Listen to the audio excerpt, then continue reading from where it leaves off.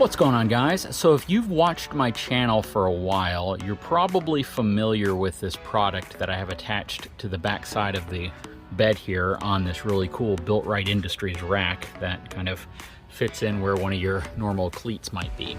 This is called a Waterport.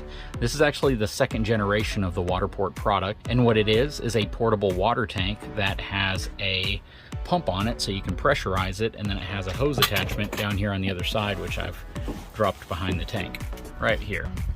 This is such a useful product, and there's been a couple times where I'm like, do I really need it? So I've taken it out, but then I always ultimately end up putting it back in because we run to the beach, I go do work somewhere, and I need to be able to wash my hands off, get sand off of my feet, or just have access to some portable water that I can use for whatever I need to use it for. Now, even though the container is designed to be safe for drinking water, I don't really drink any of the water that's inside of it because oftentimes the water's been sitting in here stagnant for possibly months. And I can't even recall the last time I cleaned it out. So I refill it pretty much every time I'm done using it. And I don't fill it up all the way, only because I want to limit how much weight is moving up and down against this Built Right rack right here, because it could potentially break it, and I don't want to do that. And when this is actually full of water, it holds right under 4 gallons, I think 3.85 gallons of water. So it can be relatively heavy, and that's a lot of weight to kind of be moving up and down. And that's the reason why I don't fill it up completely. I usually put maybe 2 gallons of water in it if I'm going to be filling it up to use it. Now, the point of today's video isn't actually to talk about this product, even though it's definitely one that I know a lot of people like, and I guess occasionally YouTube refreshes the video because I get a lot of questions about this that kind of recirculate around every couple of months. But yeah, that's exactly what this is. It's just a portable pressurized water tank, and you have the ability to kind of pressurize it one of 3 ways. One, you can use the quick connect adapter here, fill it up with water, and then just kind of let the water pressure as it goes in, fill it up and pressurize it. 2 is to use the little pump on the top there, and you just pump that up and down to pressurize it. And 3, there's actually a air chuck on the other side that you can hook up an air compressor to, and you can pressurize it up to the recommended pressure. So you have 3 ways of working with that. So this is very cool, but today we're going to talk about its smaller brother. So hang tight, I'll be right back.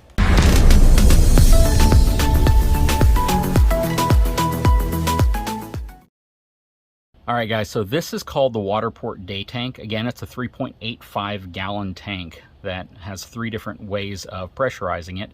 But today we're going to, again, talk about its smaller brother. So this is the smaller brother. This is actually a 2 gallon. They call it the GoSpout. And where this one over here costs about $170, this one right here is a bit less expensive. This one usually ranges between $130 to $140, depending on if you have that fill valve right here, basically the ability for you to connect your garden hose to it and pressurize the tank and fill it up using a spigot. Otherwise, you simply unscrew this right here, put your water inside, and then when you get to where you're going, you simply pump this right here and it pressurizes the tank. Very, very cool product, and it's very small and portable. That's probably the nicest aspect of this. So just like its bigger brother, it is constructed with food grade plastic, so you can use it for potable water. However, again, I don't particularly like to keep water in here for drinking purposes, that is. So, you know, you can do it, and you can definitely use it for like showers and things like that. But if you're going to leave it inside of a vehicle for an extended period of time like I do, I pretty much use it for washing my hands and cleaning sand off things, stuff like that. It comes with this really cool little 5-setting pattern high pressure sprayer nozzle, similar to what you might have for your home. It has kind of a built-in nozzle holder right here. It works relatively well, but when the cord is kind of new and tight, it pulls the handle off occasionally. But I had it working here a second ago, then all of a sudden it didn't want to cooperate with me. But yeah, the handle spout kind of sits right here. And one of the reasons you might do that is if you're going to set it on top of something and you want to use it as kind of a shower, so it, you know, it's kind of in place and you can have the water spray on you. So it's not really working out for me right now, again, because this hose is brand new and it's putting a little bit of tension on it, but that's how it would normally sit. And the dimensions of this tank are actually pretty small. It's a lot more compact than you might think. It's only about 11¼ inches wide. It's about 13 inches tall. It's about 6½ inches, a little less than 6½ inches wide in this perspective, and weighs about 5 pounds when it's empty and about 21 pounds when it's full. So again, very, very portable, very compact, and it feels very well made. I mean, it absolutely feels like you could probably drop this thing a couple times. Not that I would recommend it because you'd likely damage the valve more than anything. But again, it is absolutely something that's very portable, which is really nice. And what's cool about this side is you can take the hose off with this quick connect that it has, and you have the ability to kind of carry it around without needing to have the hose attached to it right away. And you can even open and close this valve here. So I guess one way you could use it is to fill it up, pump this thing up, and instead of using the sprayer right here, you could just open this valve enough to allow the amount of water you want coming out with some pressure behind it. Or if there's no pressure in it, you don't feel like pumping it out, you could probably just open this up and water would come out. You might need to loosen the top cap though, just so it relieves the pressure buildup inside.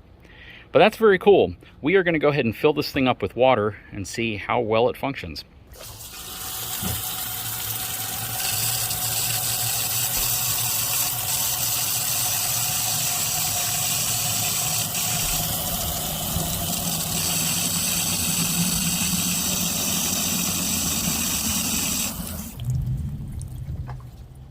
Okay, so I don't know if you can tell, but I have a little less than 2 gallons of water currently inside. I'll go ahead and put the little pump cap back on, tighten that in place. And now, yeah, it weighs about 20 pounds. I'm going to take the back here and I'm going to pump it up. And before I connect the hose to it, I'm going to see what it looks like from a pressure perspective spraying out without the hose connected. I guess at this point it kind of feels like one of those bug sprayers, except a lot tougher, more purpose-built. And the reason they make it black like this is because if you want to use this as, say, a portable shower, if you're going to be out at the beach or you're going to be, you know, camping in the mountains or something, and you have the sun hitting it, it'll warm the water up so you can actually take a little shower with it.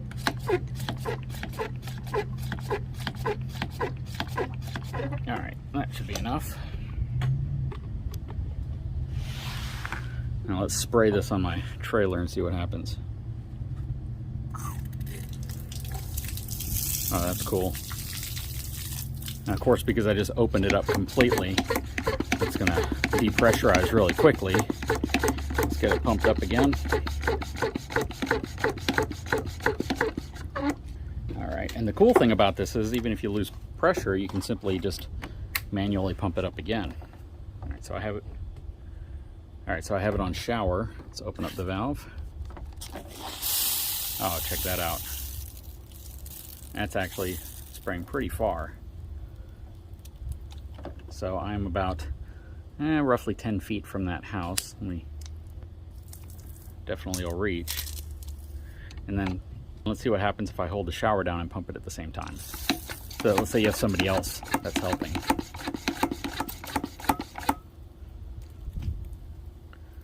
Yeah, you could take a reasonable shower with this.